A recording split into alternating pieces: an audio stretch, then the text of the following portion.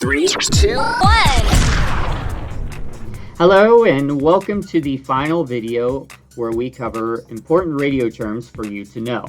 This one's not very categorized as the other ones are. These are more a few additional terms for you to know that do not fit nicely into the other categories that we covered. The first one, and probably the most important one, is DJ or disc jockey. That's you. A DJ is the person that is controlling whatever the show is on the air. So they're the ones that control the music that airs on the radio program. They're the ones that control what is being discussed on the radio show, or what is being aired, and so on and so forth.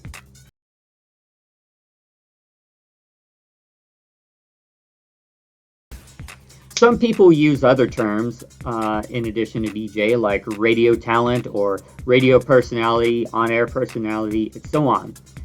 This is especially true for talk shows, because disc jockey implies that you're playing music, and sometimes people don't want to use the term DJ when they're not playing music on the air, like a talk show, for instance. So they might call themselves a radio personality or a radio talent instead. Next one, track request. So we have a system on the radio station that allows listeners to go to our website and request a track if they want to listen to it. So for instance, if somebody wants to rickroll everybody on the air, they can go to their website and request Rick Astley's Never Gonna Give You Up. If we're in automation, the track request will play usually at the next commercial break, after the next commercial break. If there's a DJ on the air, it is up to their discretion when and if they want to play that track request.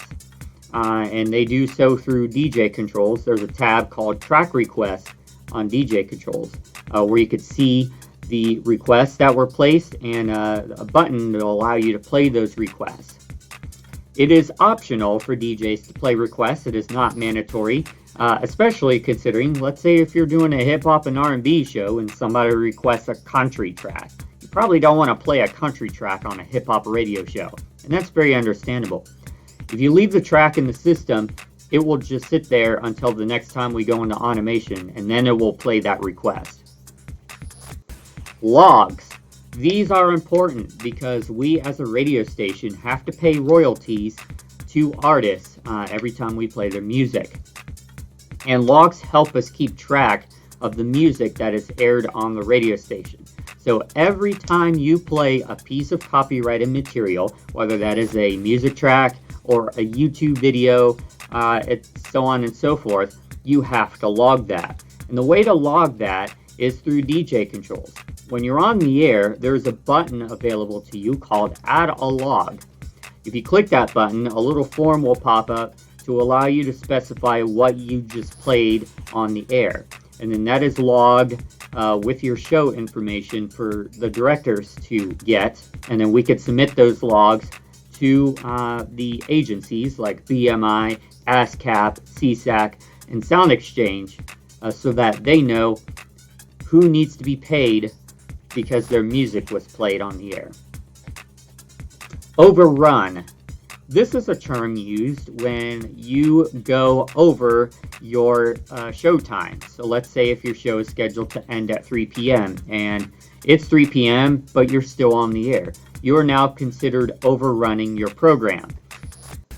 If there are no shows that are immediately following your show, we generally don't say anything if you go over your show time. However, if there is a pre-record or a live show or a sports broadcast and so on that is scheduled to air right after your show, you do not want to overrun your scheduled time. Because when you overrun, you interfere with the next show, and we will issue write-ups for those who do that. So don't overrun your show unless if there's no show after you. And finally, we have feedback.